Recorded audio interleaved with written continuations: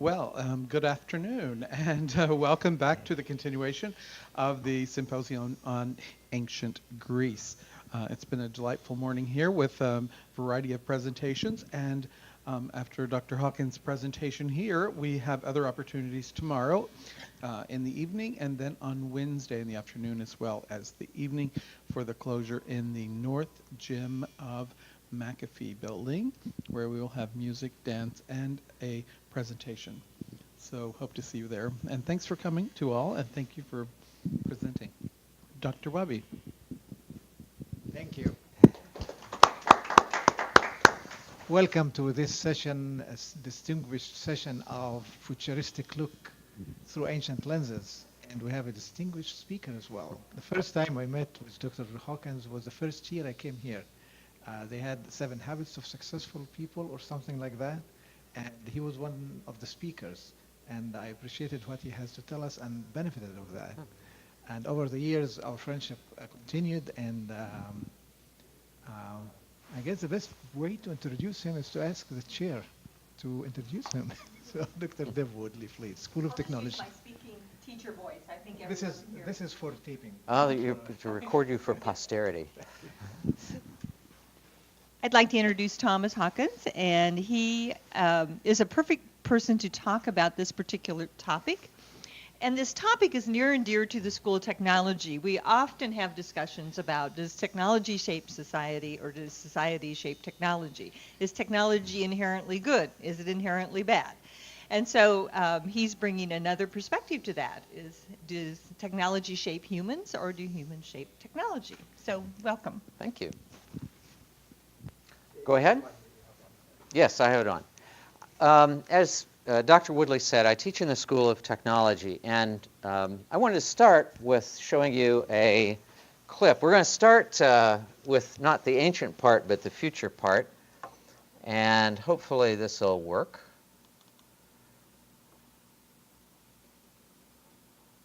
If not, I'll just tell you what it says. Well, it disappeared.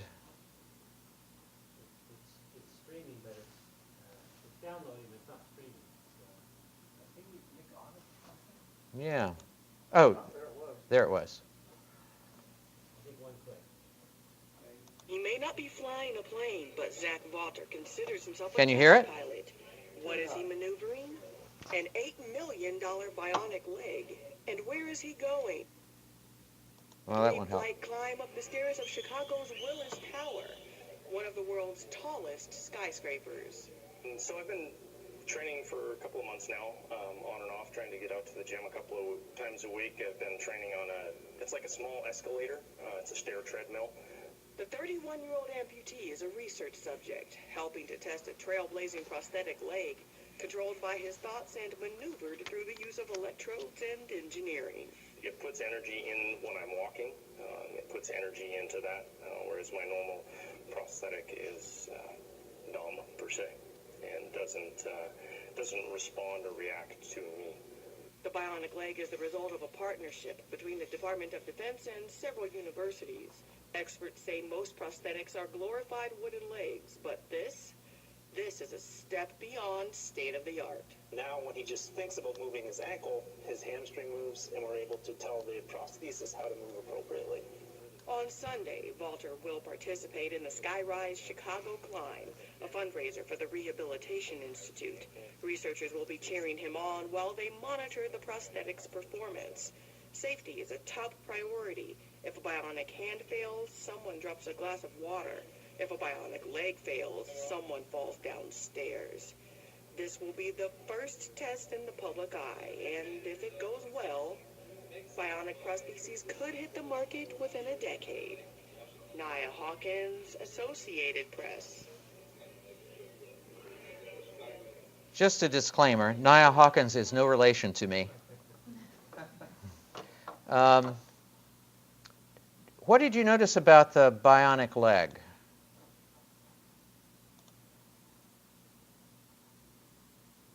Anything? What controls it?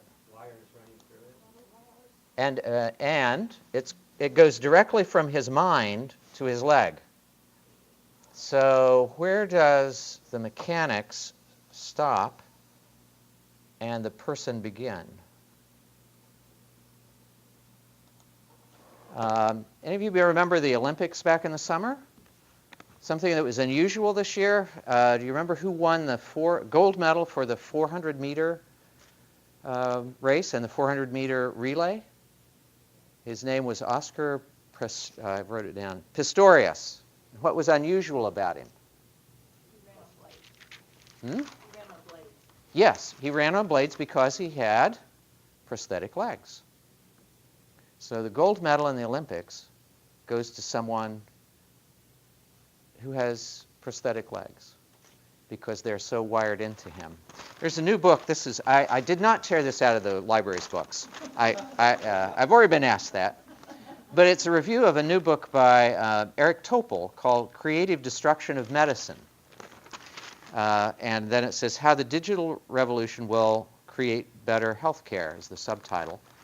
And the vision of the future of medicine, according to Eric Topol, who works at a research institute in California, the Scripps Translational Science Institute, is that we will all have implants in us that we will monitor with this, so that if we need to adjust anything that improves our blood pressure or corrects our diabetes or any other number of medical conditions we might have, we will be continuously monitoring that ourselves based on implants in us that are sent to then a little monitor that we carry so we can adjust what we want, which will, in their vision, make doctors irrelevant.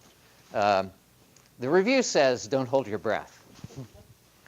But so that's the background of what I want to talk about are the interface between human beings and technology or machines. And I gave you a couple of examples, but back in 2007, Charles Higgins, who's at the University of Arizona, developed a little robot that was guided by the eyes of a moth. So just by looking at things, the moth's eyes could move the robot. And he wrote, by 2017 to 2022, people will be using hybrid computers. In other words, we'll have implants in our brain that are a combination of technology and living organic tissue. So where does the person stop and the technological machine, the wiring, begin? Or where does the machine stop and where does the organic living being begin?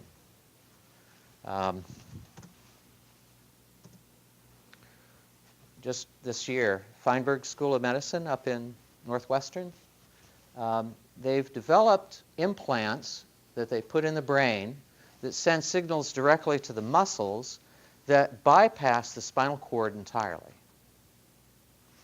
So the device uses signals from the brain to tell the muscles in the hand to move without that having to go through the neurons in the spinal cord. It's a multi-electrode array.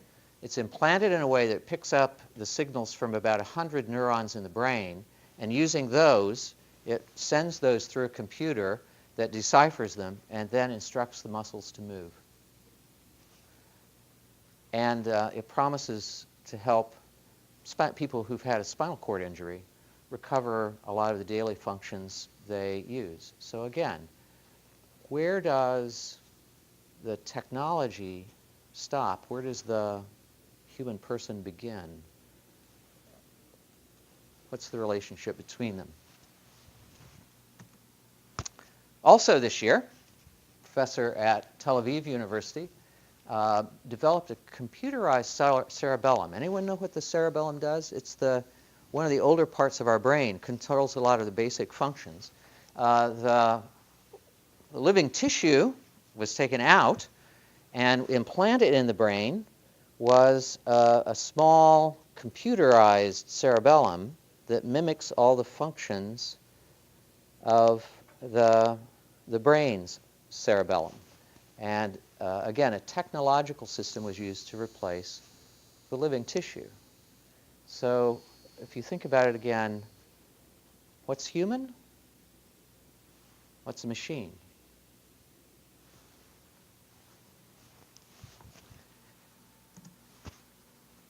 Also this year, picking up things that are happening really with the pace of all this is accelerated, and it will continue to accelerate because we have so many people coming back from places like Afghanistan and Iraq who have lost limbs of one kind or another or brain injuries, and the Defense Department has unlimited resources to put into trying to develop prosthetics.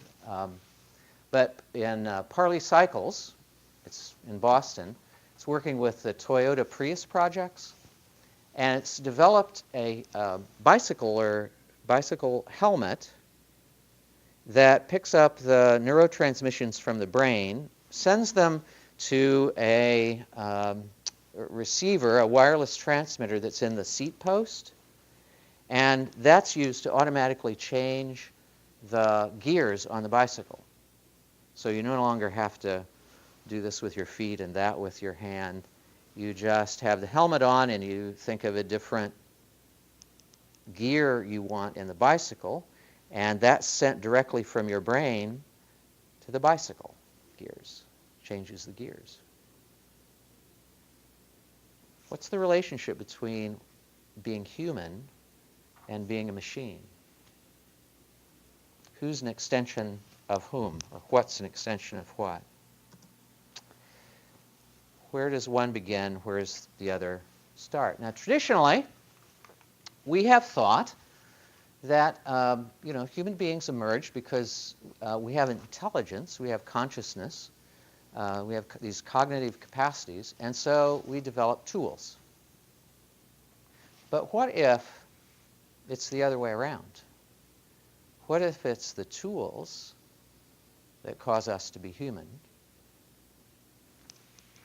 And what if the brain isn't the cause for our technology, our use of technique, but in fact, it's the technology, the technique, that creates the brain?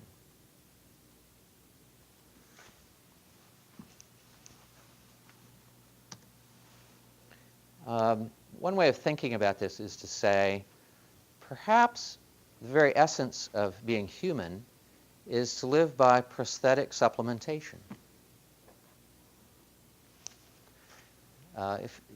Almost all technology involves essentially externalizing some human capacity of thought or other ability. So from the very beginning, we have been, through technology, migrating skills from flesh and blood and mind into non-living matter. And that's what we're doing when we're creating a bionic leg or a bionic cerebellum or any of those things we had. What increasingly, if you think about this way, we're merging the two, the technology and the brain. A way of thinking about that is that humans may have a double origin, that the genesis of being human and the genesis of technology are really the same. Again, it's not that we became human and then we developed tools. It's the fact that in our evolution, we somehow developed the ability to use tools, and that, in fact, is what developed our brain capacity. So that maybe there's no human being apart from a technological being. We invented ourselves as a species when we invented tools. And we've continued to do that in increasingly sophisticated ways. So much so that we're merging at a point where the computer is actually implanted in us, or our limbs can be replaced by them and operated by them.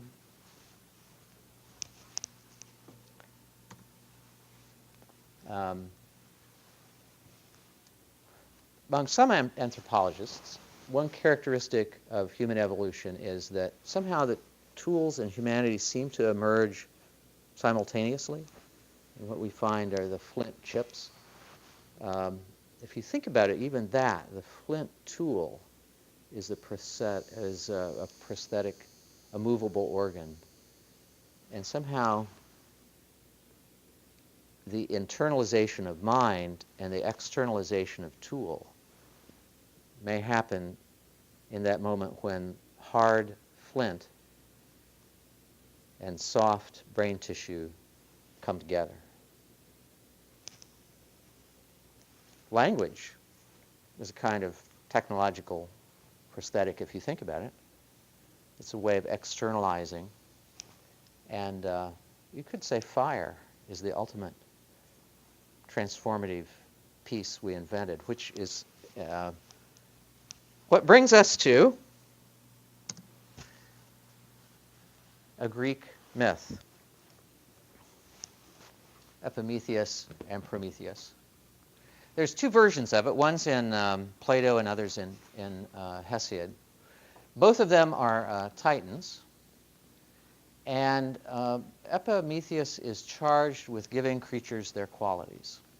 Is that more or less correct? Please? From Plato. Yeah, that's the Plato one. I'm using the Plato one because it fits what I want to say better.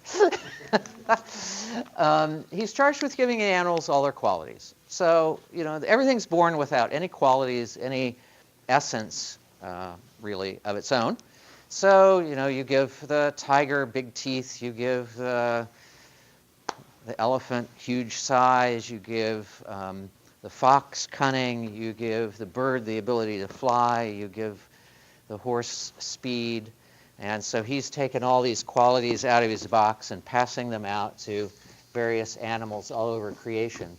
The last being, he has to give something to, a quality that gives it its essence, are human beings. And he looks in his box, and there's nothing in it. He's given everything away.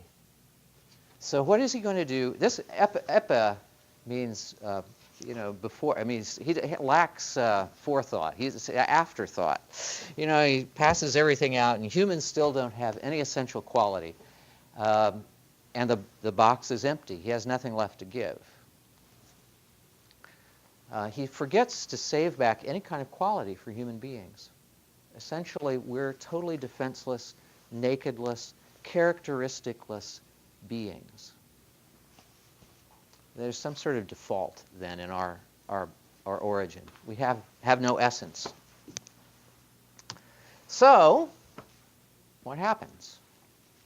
Again, according to the Protagoras version, Prometheus goes up. We know this part, don't we? He steals fire. He takes it from the chariot of the sun. He hides it in a fennel stalk, the little coal, and brings it down and gives it to humankind. And eventually, the other part of the story is, he's punished because he does this. He is chained to the rock. The birds come every day and pick his liver out, and it grows back every night. But what does Prometheus give us? What is the essence of fire? Fire is, in part, a technological tool. Once we discovered fire, we use it to cook. We use it to convert stone into metal. We use it to transform all kinds of things. Fire is essentially a technological tool. I know years ago when I took a course on British history, kind of the history of the Industrial Revolution, this author titled it, Prometheus Unbound. And the Promethean vision is a technological vision. So even the legend suggests that somehow the myth suggests that somehow what makes us human is that we are technological beings. That somehow there is a fusion between technique and humanity, that they go hand in hand.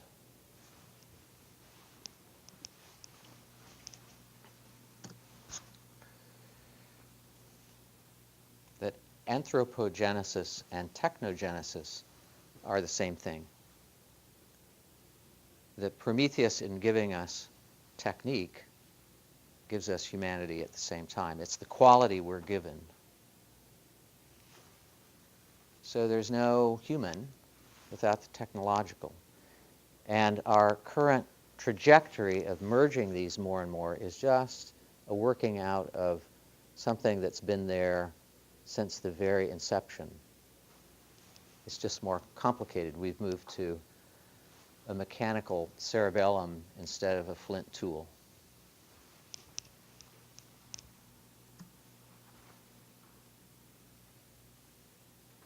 Sort of the merger of the flesh of our body with the hardness of non-living matter. We've been on that trajectory for 1 million years.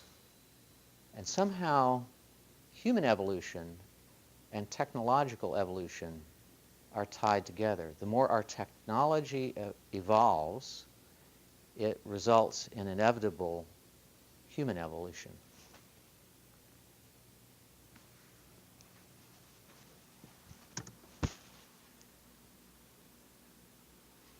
You know, and the rest of the myth is, who marries, at least in that version, who marries Epimetheus is Pandora. And Pandora opens what? A box that contains all the ills of the world. So both what is gift is also punishment in a complicated way. So this merger of the technological and human is both gift, it gives us who we are, but there's a terrible cost to it. Now I want to contrast, I'm going beyond Greece here a little bit, contrast this to another myth, Sumerian myth, that also is about how humans get these qualities, but it does it in a different way. And it involves the god Enki, who along with An and Enlil are the high gods. And Enki is a god of wisdom. He's absolutely enthroned over Absu, chaos, but it's also the word for semen. It's interesting. He's the inventor of technique. And the other character in this Babylonian myth is Inanna, who we more apt to know as Ishtar. And in that myth, Inanna goes from her home city to visit Enki and his, and he's so impressed by her beauty and entranced by her, throws a great big party for her, and there's lots of beer. And he gets drunk. And while he's drunk, he decides to give her all his meh, Sumerian word that's not very easily transmittable. It's everything. It lists, in the myth, it lists like 100 of these. May he gives her. And some of it is crafts, like the ability to smelt copper or work gold. Some of it are human capacities and responses like deceit, kindness, love.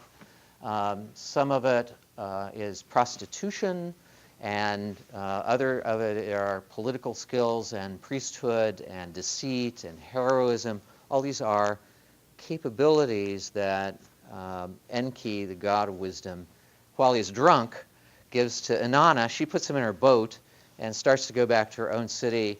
Enki sobers up, realizes, oh my God, what have I done? And he sends one of the other gods to try to tip her boat over and spill all these and get them back, but he can't do it. That she takes all of them back to her home city and, of course, gives them to humankind. Now, what's interesting about these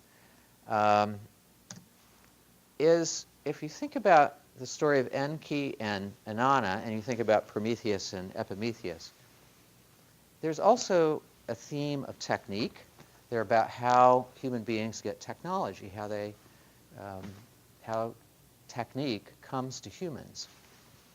And they both share an element of deception. You know, in the Prometheus story, Prometheus, there's an element of deception, and he steals fire from the god. It's not given. And in this one, there's an element of deception too. You know, Inanna essentially gets Enki drunk, and when he's not himself, you know, gets him to give her all these. Both of them are stories about how technological power comes to human beings. And they involve, in both of them, a transgression of boundaries. It's clear in the Prometheus story. Works one way. The transgression of boundaries is between the gods in the Sumerian myth, and a violation of hierarchies where things that belong up here are given down here. And they seem to suggest that technology involves artifice and cunning and a certain element of deception.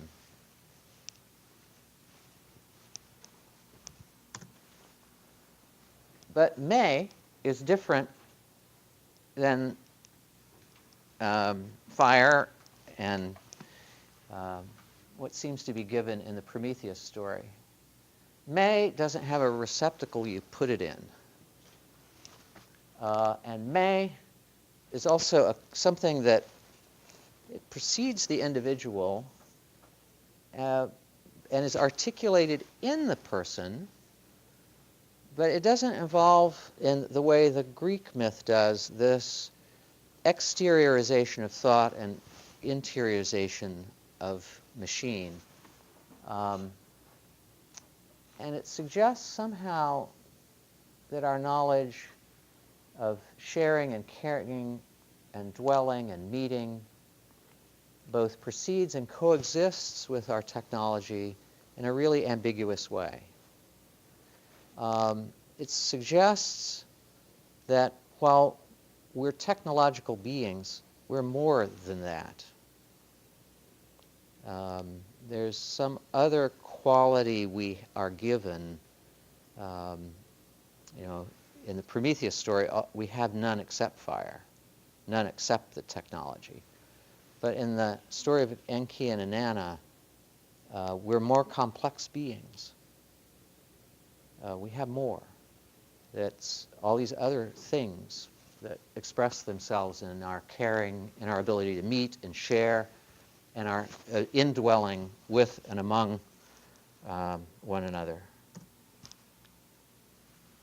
And it's worth thinking about as we hurtle headlong into this world where you can have an implant that will control how you feel, where we can replace our cerebellum that handles a lot of the basic automatic responses we have with a computer, where we can displace our own thinking process with computerized processes and enhance our intelligence or operate our legs before we completely merge in a way that's possible, growingly possible for us.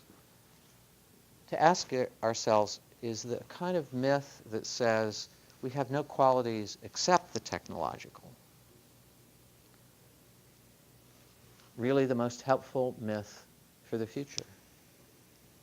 Or would we be better served by a different kind of myth that suggests, yes, we're technological beings, but we are more than that.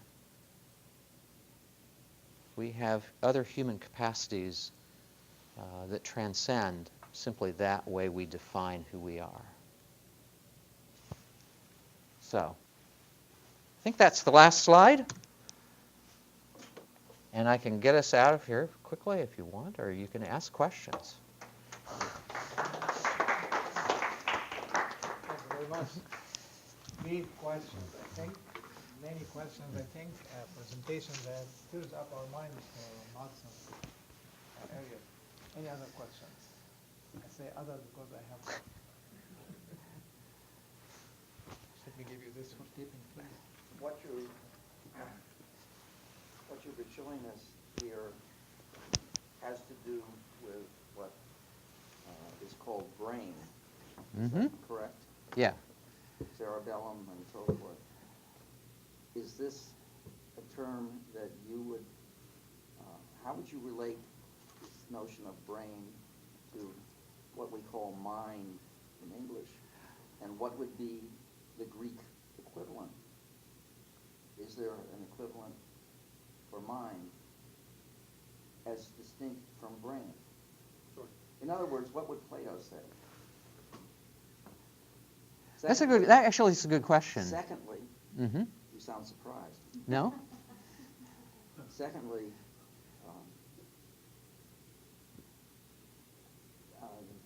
whatever word we want to pick up for the Greek idea of mind, which I would suggest is different from the current view of brain, the Greeks also have a word for soul.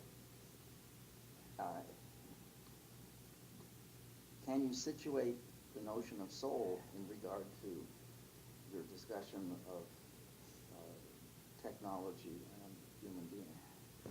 I don't know. You want to? You go first. You have the Oh. Sure. Oh, I have this. No, well, you go first. I'd like to clarify the words. You'd be the better one to clarify the words. Honestly, I'm not so sure about mind. Noose. We know that they certainly talk about brains because, not to be too graphic here, but Homer does talk about brains being Splatters. when people are hitting the head in combat. But, the word for soul is psuche, and that is it's like most Greek words, it's very, very ambiguous. And some people, some ancient Greeks, I guess, would say something to the effect that the essence of it is, psuche is the essence of what we are, who we are, And the more sort of philosophically minded, like Plato, would probably differentiate that from our physicality, our bodies, I don't remember ever reading in Plato about the mind. I could be wrong, but I don't think Plato ever talked about the mind. But he did talk about the soul, and he did talk about the soul as something that actually precedes the body. We actually exist before we're born in the great cosmos among the forms. And then we come into this body, and those of us, some of us are better at remembering the forms than others, and that determines whether we're philosopher or whatever. And then we die, and when Socrates talks about this in the various Platonic dialogues, he's not always consistent. But in the Phaedo, he seems to suggest that the soul carries on after the body. To my knowledge, that's as close as we get to any concept of a non-corporeal mentality, right? That's disconnected from the brain. I could be wrong, but I don't know No, I really think of any that's... mind, in that sense. And when they talk about dreams and things like that, which we associate with, that's usually external phenomena that's coming from the gods or something like that. But again, that's affecting the soul, perhaps, but there's no concept of the mind that I know of among the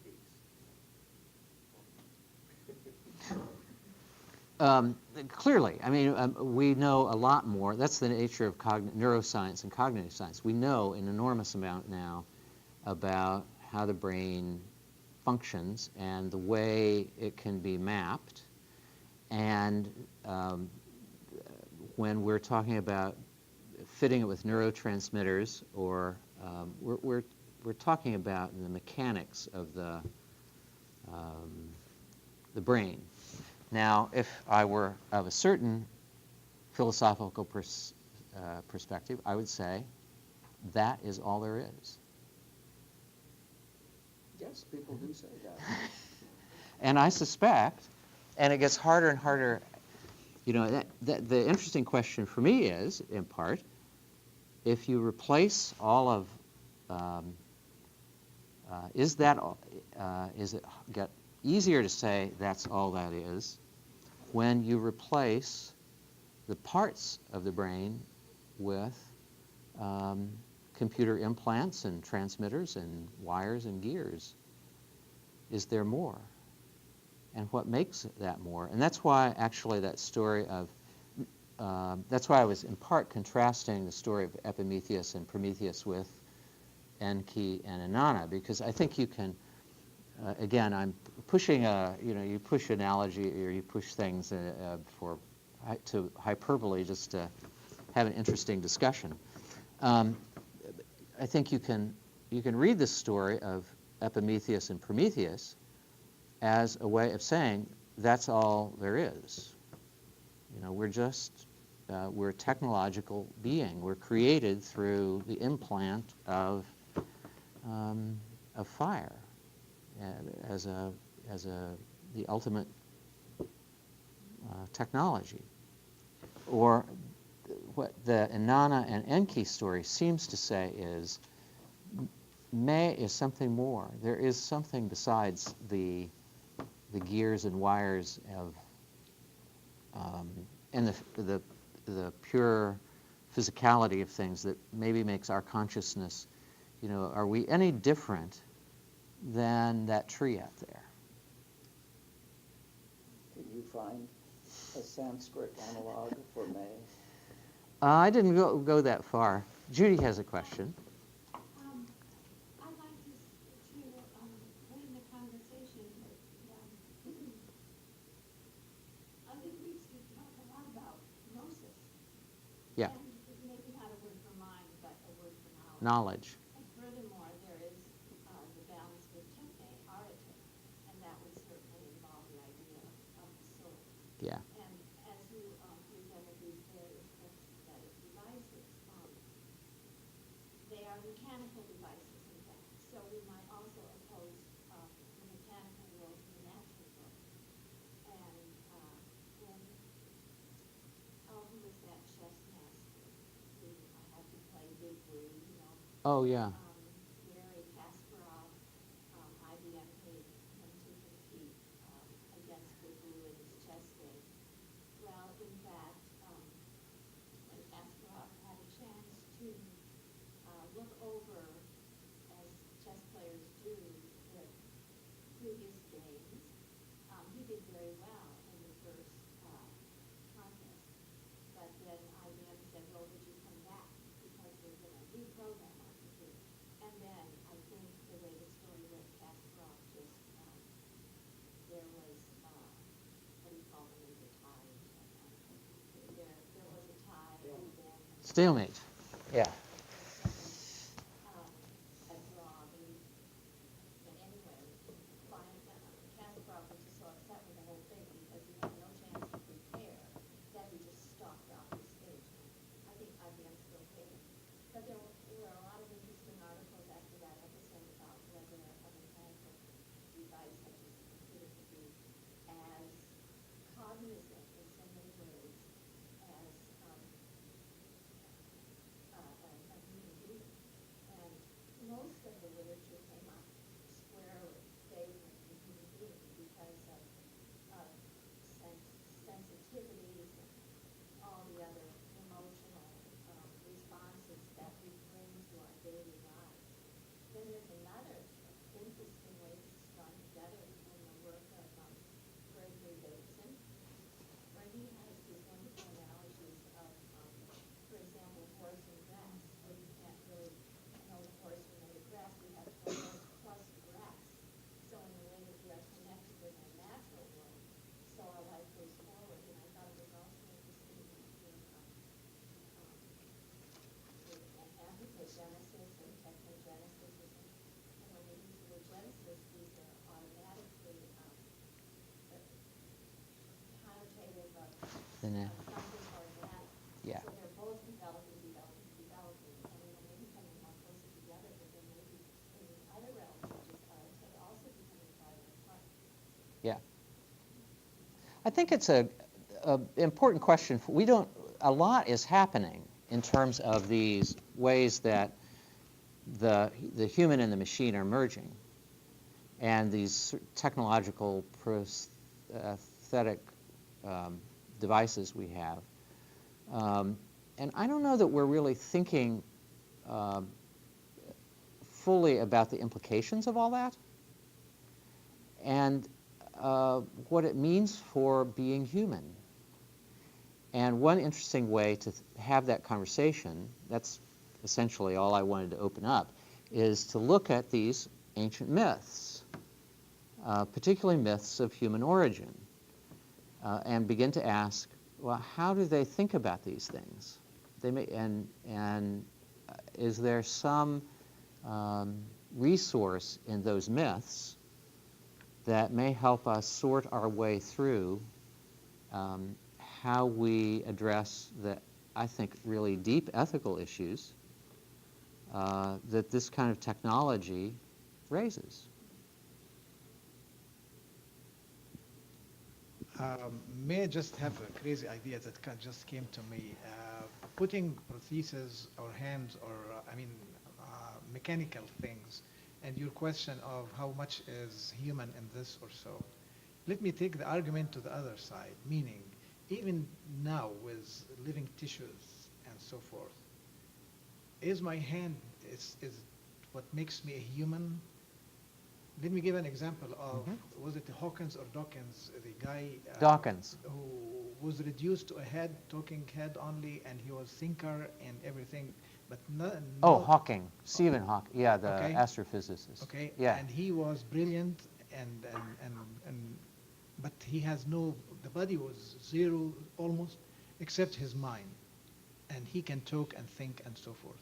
So does this tell us that even our physical, not mechanical, but even our bodies, is not what makes us humans? Mm-hmm. So we don't need to wait when we put a mechanical to ask the question, what part of me now is human, what's not? Because even this, which is my body, is not me, in a sense. It's not what makes me human, and I want to say. Yeah, that's where I was starting out with that particular way of understanding Epimetheus and Prometheus. If you say we have no quality, there is nothing left in the basket for us. And the only quality that's poured into the receptacle we are is fire, which is a kind of a metaphor, at least how I'm using it, for technology. Then that's a very different picture of what it means to be human than, say, Inanna and Enki, where human exists and the technological is a piece, but it certainly isn't the whole of who we are. So I think that is the question. You know, if I have implants that operate me, who's me? Am I only that, or am I more than that? And is mind a conscious? Well, it's, this is a philosophical question of, whether Descartes thought our consciousness was located in our pineal gland. I mean, where does our consciousness of self really exist? You can't locate it in any part of you, right? It is within all of this, and it is outside of all this. Yes, it's within it, and it's outside of it. Well, something to start thought process, thinking process after we leave. These sessions don't end when we end. Actually, it starts when we end. So thank you very much for coming. And if you have any other questions, I know that Dr. Hawkins would welcome your emails if you like. And if he doesn't, I'll receive them. Just give him a hand. Thank you very much.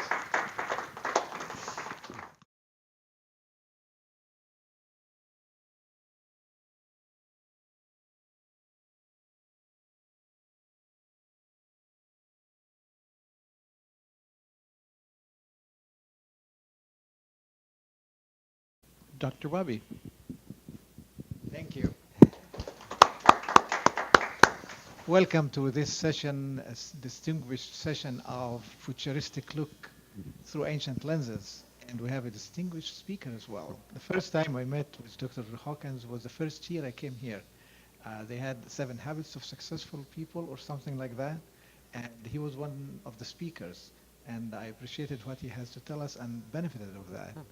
And over the years, our friendship continued, and I guess the best way to introduce him is to ask the chair to introduce him.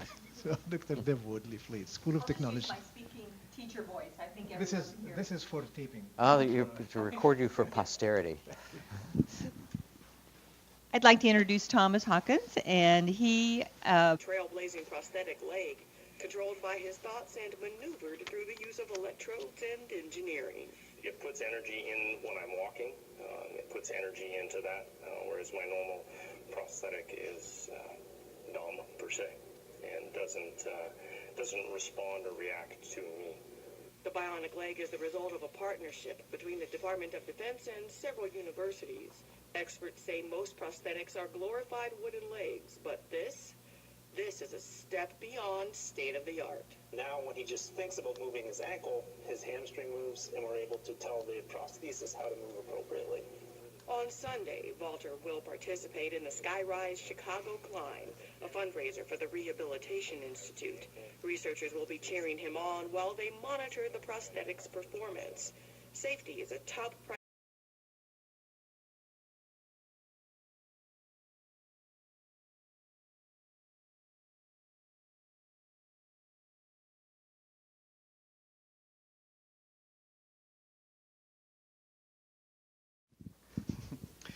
Well, good afternoon, and welcome back to the continuation of the Symposium on Ancient Greece. It's been a delightful morning here with a variety of presentations, and after Dr. Hawkins' presentation here, we have other opportunities tomorrow in the evening, and then on Wednesday in the afternoon as well as the evening for the closure in the North Gym of McAfee building, where we will have music, dance, and a presentation. So hope to see you there. And thanks for coming to all, and thank you for presenting. I'll just tell you what it says. Well, it disappeared. It's streaming, but it's downloading, but it's not streaming. So I think we click on it. Yeah. Oh, there it was. I think one click. He may not be flying a plane, but Zach Walter considers himself a Can you hear it? pilot. What is he maneuvering?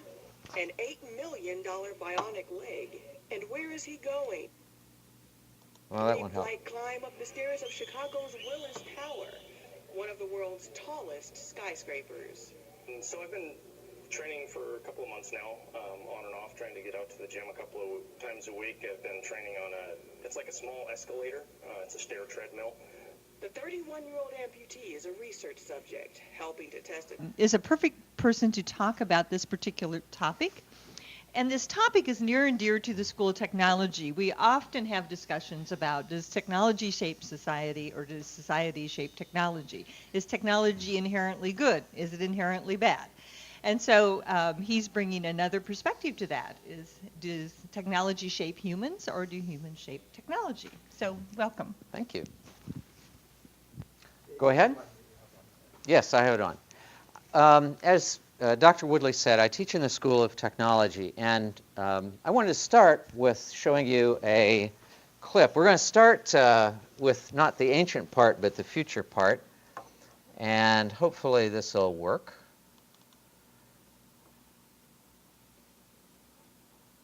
If not,